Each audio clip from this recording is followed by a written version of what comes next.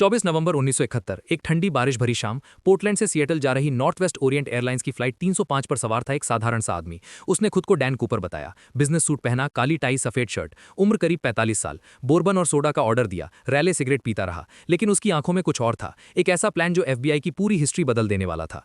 Flight उड़ने के कुछ मिनट बाद ही उसने फ्लाइट अटेंडेंट फ्लोरेंस कैफनर को एक छोटा सा नोट थमा दिया। नोट में लिखा था, मेरे ब्रीफ केस में बम है, मैं उसे इस्तेमाल कर सकता हूं, तुम मेरे पास बैठो। फ्लोरेंस ने नोट पढ़ा तो उसका चेहरा सफेद पड़ गया। कूपर ने शांति से कहा, मिस, अब तुम समझ गई हो, यह हाईजैक है। प्लेन में 36 यात्री थे, कोई कुछ नहीं समझ पाया। कूपर ने शांत स्वर में अपनी मांगे रखीं, $2 लाख की रकम, 4 पैराशूट और प्लेन को सिएटल एयरपोर्ट पर लैंड करवाओ। अगर नहीं माना तो बम फट जाएगा। पायलट ने रेडियो पर FBI को सूचना दी। पूरा एयरपोर्ट हाई अलर्ट पर आ गया। सिएटल एयरपोर्ट पर प्लेन लैंड हुआ, यात्री उतार दिए गए। बाहर बारिश हो रही थी।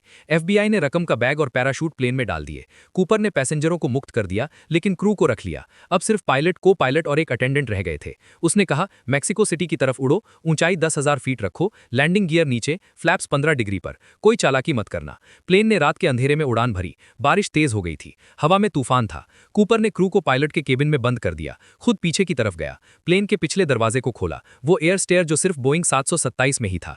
ठंडी हवा अंदर घुसी, बारिश की बूंदें चेहरे पर चुभ रही थीं। उसने एक पैराशूट बांधा, दूसरे को बैकअप रखा, रकम का बैग पीठ पर लटकाया। पायलट ने पीछे देखा तो लाइट की लाल चमक दिखी, दरवाजा खुला था। कूपर ने हवा में कूदने से पहले सिर्फ इतना कहा था, मेरे पीछे मत आना। फिर वो कूद गया। रात के 8 बजे के आसपास, दक्षिण पश्चिम वॉशिंगटन के घने जंगलों के ऊपर, अंधेरे में, तूफान में, पैराशूट खुला या नहीं कोई नहीं जानता। FBI ने तुरंत सर्च शुरू किया। हेलीकॉप्टर, डॉग्स, सैकड़ों एजेंट, जंगल, नदियां, पहाड़ियां, हर जगह छान मारी, लेकिन कोई निशान नहीं, न शरीर, न पैराशूट, न रकम का बैग, सिर्फ हवा। 1980 में एक बच्चे ने कोलंबिया नदी के किनारे रकम के कुछ नोट पाए, केवल $5800, बाकी सब गायब। FBI ने 45 साल तक केस खुला रखा, हजारों संदिग्धों की जांच की, कुछ ने खुद को कूपर बताया, लेकिन कोई सबूत नहीं मिला। 2016 में उन्होंने केस को एक्टिव इन्वेस्टिगेशन से बंद कर दिया, लेकिन 2026 में भी नई फाइलें आईं, 686 पन्नों की डिटेल्स, नए संदिग्ध, लेकिन कोई जवाब नहीं। क्या वो जिंदा है, कहीं छुपकर शांतिपूर्वक जीवन बिता रहा है, या उस रात की ठंडी हवा ने उसे जंगल में कहीं दफना दिया? क्या वो सच में DB कूपर था, या बस एक साधारण आदमी जिसने FBI को चुनौती दी?